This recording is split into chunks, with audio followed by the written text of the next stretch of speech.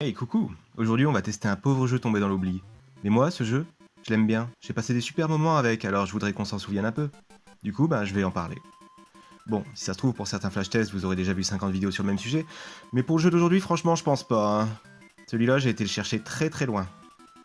Comme vous le voyez, le jeu, c'est Kirby Pinball Land sur Game Boy. Alors, d'abord, je vous raconte le scénar qui est vraiment original pour un jeu de flipper dans cet univers. C'est Kirby qui est dans un bar en train de refaire le monde avec des potes autour d'une bière. Sauf qu'à un moment, il pose ses petites fesses roses sur un vieux flipper poussiéreux. Le barman hurle pour l'en empêcher, mais c'est trop tard. Ce flipper, on apprend qu'il était maudit, et maintenant Kirby est coincé dedans, et doit trouver un moyen d'en sortir avant la fermeture. Bon, évidemment, je vous troll, hein. Le vrai scénar est présenté dans une vidéo au début du jeu, et il est pas plus logique. Regardez, Kirby se balade, Daddy Lou lui tombe dessus d'on ne sait où, il utilise sa fameuse magie noire pour créer un flipper et s'enfuir, et Kirby le poursuit pour lui casser la gueule. Ça présente le héros comme un personnage violent, mais ça a le mérite d'être rapide et efficace. Hein. Après, je pense qu'on sera tous d'accord pour dire qu'on joue pas à ce genre de jeu pour le scénar ni pour les rebondissements.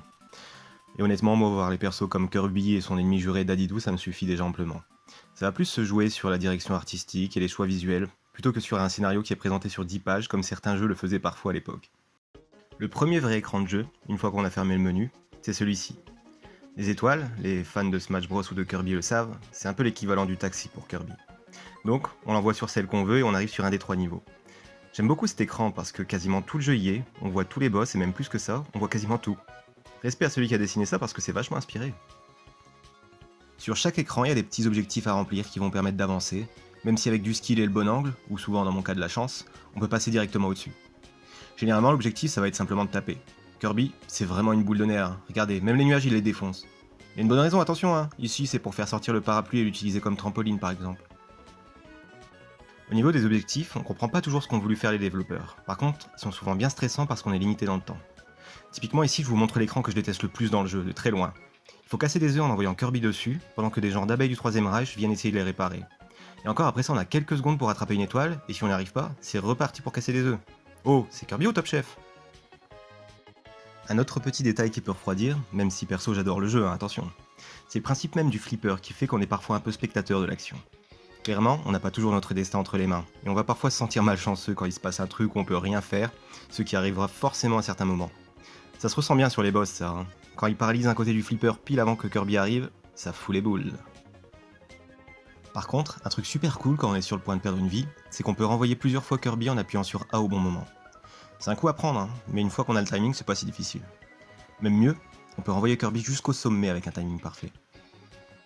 Un autre truc que j'adore dans le jeu, mais là vous allez peut-être dire que j'ai fumé la moquette. Je trouve ça super agréable de détruire les ennemis dans ce jeu. Vous trouvez pas que le soleil là, il y a une tronche qui dit j'ai pissé dans ta gourde et j'en suis fier? Et la lune c'est encore pire, on dirait un vieux qui te menace avec des gants de boxe. Enfin bref, une fois qu'on a tout nettoyé et réussi à envoyer Kirby sur l'étoile, on arrive enfin au boss du niveau. Ici le boss c'est un perso classique de l'univers de Kirby, c'est le gros nuage cyclope là avec un œil. Moi, je prétends que ce nuage n'était pas naturel. Ah bon? Et comment tu le sais? Pour le battre, il faut le toucher une dizaine de fois. Une fois mort, il laisse une clé sur laquelle il faut envoyer Kirby avant d'être récompensé par une belle chorégraphie. Regardez-le bouger son boule, si c'est pas la classe ça. Notez que les développeurs ont été d'une cruauté incroyable je trouve, parce qu'on peut se louper en essayant d'attraper la clé, et dans ce cas-là, il faudra réussir à revenir jusqu'à l'écran du boss. Oui, ça m'est déjà arrivé. Mais même leur méchanceté a des limites heureusement, parce qu'on peut avoir des bonus qui nous aident grandement, comme cette tomate qui bloque la sortie du bas. Mais même comme ça, faut pas trop prendre la confiance, hein, parce qu'on peut tomber par les côtés.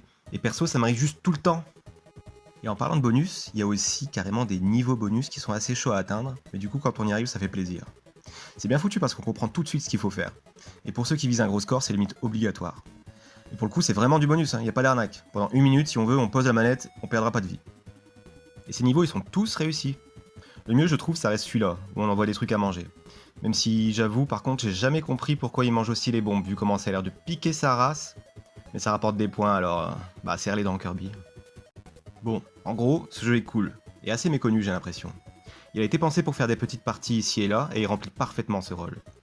Et étonnamment pour un jeu aussi court, parce que quand on commence à devenir un peu bon, on peut finir une boucle en 1 heure, voire 30 minutes. Hein. On pouvait sauvegarder, ce qui n'était pas le cas pour tous les jeux Game Boy, je rappelle. Si vous connaissiez pas, déjà je suis content d'avoir changé ça, et merci d'avoir regardé jusqu'ici. Mais surtout, n'hésitez vraiment pas à le tester. Hein. En y rejouant, je me suis rendu compte qu'il avait pas pris une ride. Et puis, c'est rafraîchissant je trouve de jouer à un Kirby au concept différent d'habitude. En plus, comme vous l'avez peut-être compris, il y a quand même du challenge. Des petits défauts comme la musique qui finit par se graver dans la tête quand on traîne un peu trop longtemps dans un niveau sont justement de petits défauts.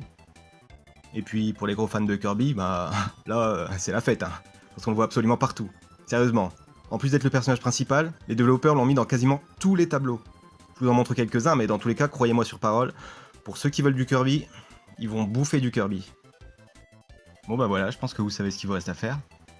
Mais non, pas s'abonner, partager, laisser un pouce et un commentaire. Je parlais de vite aller tester le jeu.